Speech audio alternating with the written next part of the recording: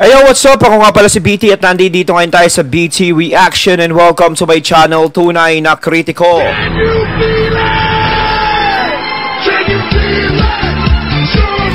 At meron tayong panonooring video ngayon. Ito po ay nagmula kay Pinas News Insider. Sa mga hindi pa po nakakabisita sa channel ni Pinas News Insider, bisita na po kayo mga katunay. At kung hindi pa kayo nakakapag-subscribe, subscribe na din po kayo mga katunay kay Pinas News Insider. At syempre, huwag nyo rin po sana kalimutan na mag-subscribe dito sa channel ko sa Tunay na Kritiko. Sa mga hindi pa nakakapag-subscribe, and click the notification bell para maging updated po kayo sa mga reaction videos na aking ilalabas. At huwag na natin pagtagalin at sabay-sabay na natin panoorin ang laman ng video na hatid sa atin ni Pinas News Insider at bibigyan natin ng reaksyon.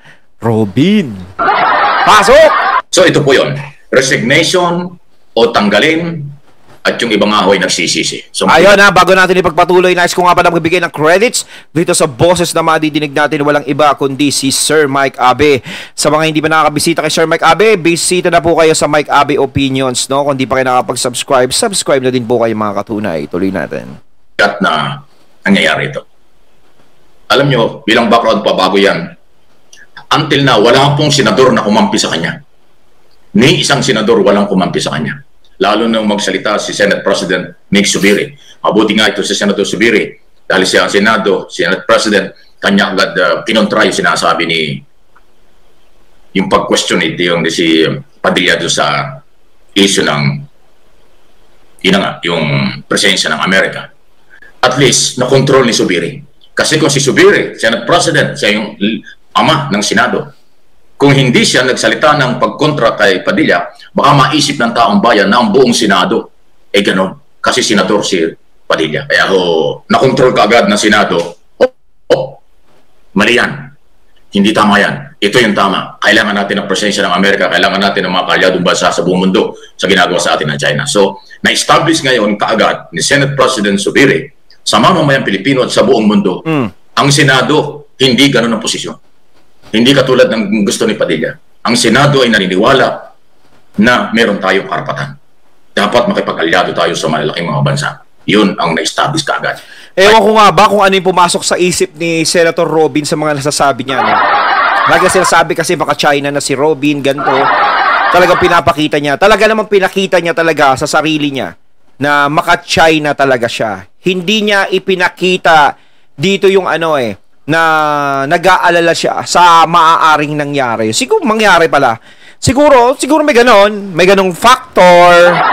Pero iba Iba yung gusto mong mangyari. Parang gusto mo pabayaan lang natin ang China. Gawin nila na mag-free as a bird sila dito. Na para-parito, manggulo, batok-batukan tayo. Hayaan nyo na yan, huwag nyo nang pansinin kahit sipain tayo nyo.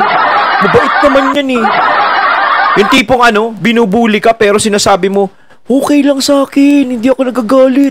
Aray! Tapos mabatuwa ko, aray! Dapat ganon. No? Dapat ganon ba? Kumbaga, masakit yung ganon sa atin. Dapat na bilang Pilipino, bilang senador ka, dapat naiisip mo ang mga mamamayan natin. Lalong-lalo na yung mga pag-aari natin. Dapat pinoprotektahan nyo.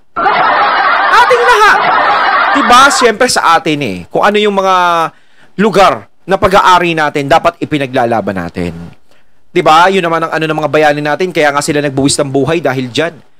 Para ang Pilipinas ay hindi masakop. Tapos ikaw gusto mo ipasakop ng ganun-ganun lang. Diba?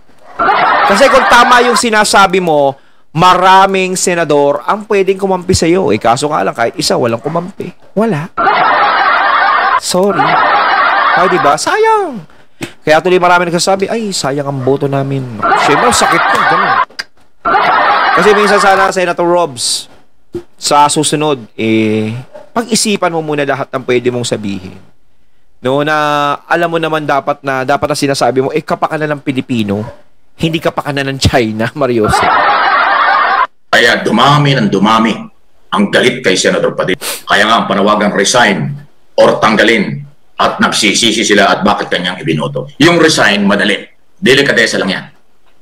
Prinsipyo, delikadesa. Kung mayroong prinsipyo at delikadesa number 1. Pwedeng gawin yan on the spot anytime. ni Senador Padilla. Kung siya ay tatanggap ng pagkakamali, magsosorry siya at aaminin niya na siya talaga nagkamali bilang senador, yung pagre-resign, kaya niyang gawin yan. Isa yun sa opsyon. Pwede niyang gawin. Walang pwedeng makapigil sa isang senador o kahit anong posisyon sa pamahalaan kung gusto mo mag-resign. Yung pagtanggal, mahabang proseso. Malabo yun. Pero yung pagre-resign, delikadesa lang. Madaling gawin. Well, yun namang iso ng pagsisisi ng mga botante, bakit nila ibinoto? Yun ang mabigat. Senador Padilla, mabigat yun. May nagsisisi na sa'yo. Hindi, yung iba nga, hindi lang nagsisisi. Ayaw ka ng tawaging senador. Kaya ako naman, tinatawag pa rin kitang senador kasi ikaw naman ay elected senador. Oo. Parang pwede naman natin tawagin senador Sir Mike kasi syempre respeto na lang natin sa kanya. Di ba? So tawagin na lang natin, Hoy, Robin! Hindi, parang respeto na lang. Tama naman si Sir Mike na dapat tawagin natin na senator pa din naman. Dahil elected naman siyang senador. Nanumpa ka sa saligang batas na ikaw ay senador. So kahit nagalit ang mga tao, kahit hindi kita ibinoto, dahil hindi naman talaga kita iboboto kahit kailan. Kahit naman kita iboboto, ako marunong akong, talagang lagi akong talo sa eleksyon dahil kung binoboto ko, matitino talaga O kahit hindi kita ibinoto, tandaan mo ito, senador, at doon sa mga kaibigan niya. Si Senador Padilla, hindi ko talaga ibinoto yan. Pero, rektahan na kay Sir Mike. Until now, tinatawag ko siyang senador. Senador, bilang respeto. Kasi nanumpa na siya sa saligang batas na siya senador ng Republika. Institusyon ang pinag-usapan dito. Nare-respeto ko pa rin siya. Senador pa rin ang tawag ko sa kanya. Pero yung kanyang mga sinabi talagang sablay na sablay. Sablay na sablay. Kaya yung issue ng resign, madaling gawin. Kung gugustuhin mo, delikatesa lang.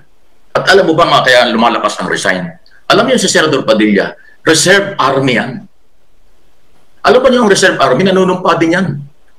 Sa alituntunin ng ating saligang batas at ng ating mga sundalo. Na dapat ipaglaban! Sa huling patak ng dulo. Lumaban sa ating karapatan. Diba? Ipaglaban ang Pilipino. Handang magbuwis ng dugo. Hindi magbuwis ng dugo para sa China. Diba? Ang bansa. Nang mamatay ng dahil sa iyo. Yun!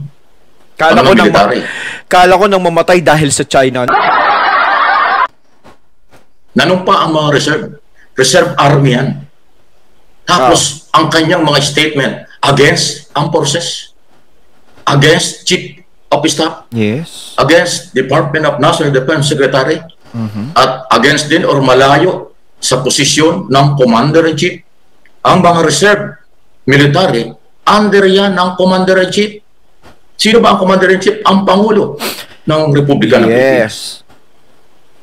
Dahil ang reserve ka nga anytime na magkaroon ng crisis o pangailangan ng Estado o military, bilang reserve ka, tatawagin ka. Halimbawa, may malaking rebellion sa buong bansa. May mananakop sa ating bansa. Ang reserve, pinag-duty yan. Mandatory mag-duty ka. Tutulong ka sa Estado, tutulong ka sa armed forces kasi reserve ka. So, ang boss mo, ang Commander-in-Chief, ang Pangulo. Chief of Staff, Department of National Defense Secretary. Yun. Tapos ang sinasabi mo, Senador, napakalayo sa posisyon ng Commander-in-Chief ng Armed Forces at ng Department of National Defense. Isa yan sa hindi mo alam. Kaya nga, manawagan ng tao, matitino, Pilipino. Maraming matitinong Pilipino ang kailang panawagan, resign at pagsisisi dahil marami kang violation. Paglabag yan sa pagiging reserve mo as military. Malayo sa paninindigan. Sama, no? Kipong nakaupo ka na tapos talaga isisigaw nila na mag-resign ka. Hindi basta-bastang hamon sa isang senador yan, lalong-lalo na kay Senator Robin. Kasi si Senator Robin Padilla, syempre alam naman natin, bago lang dito sa Senado. Tapos nagkaroon na siya ng mga ganyang issue. Imbis na magpakitang gilas siya, imbis na ipakita niya sa lahat na, uy, si Senator Robin, ang ganda ng mga ginagawa.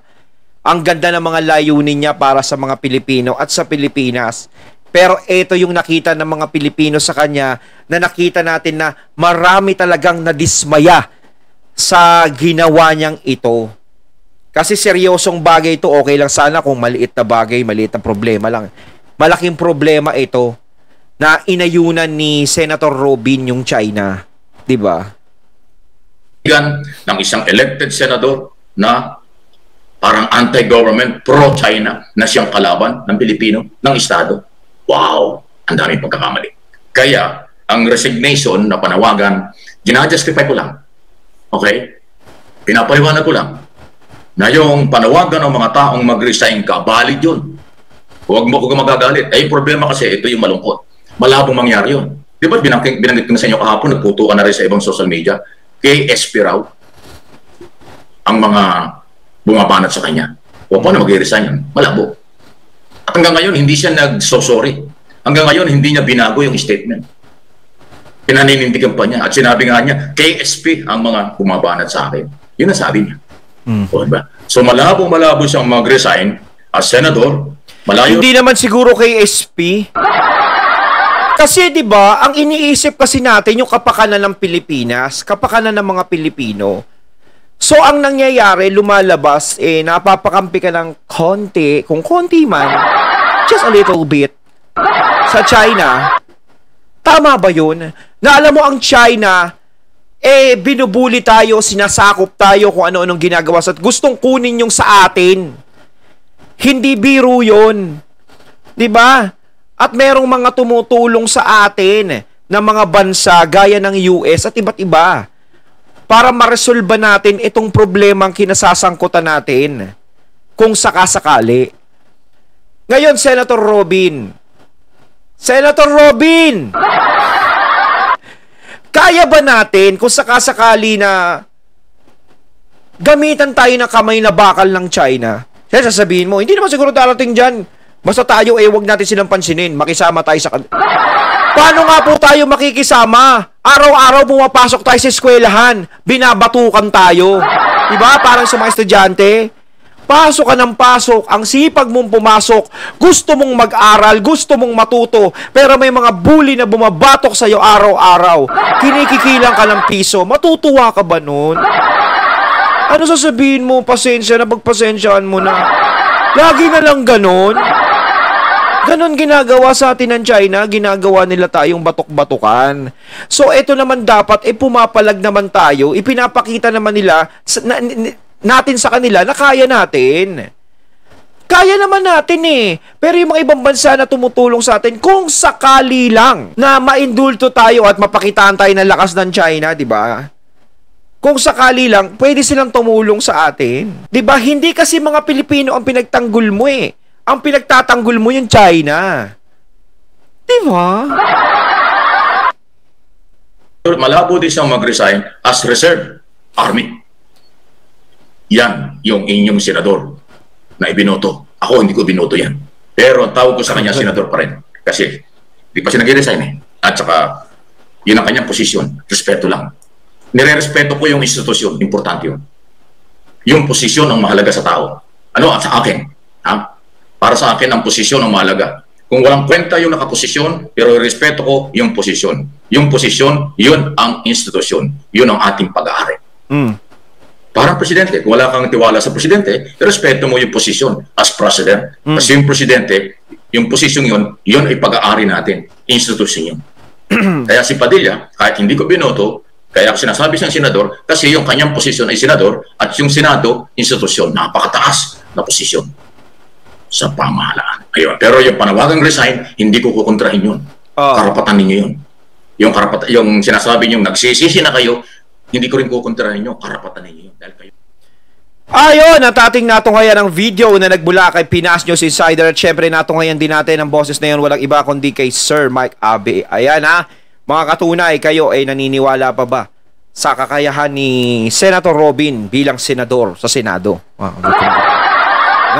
Comment lang po kayo sa comment box. So once again, I'm BT and I'm out. Peace.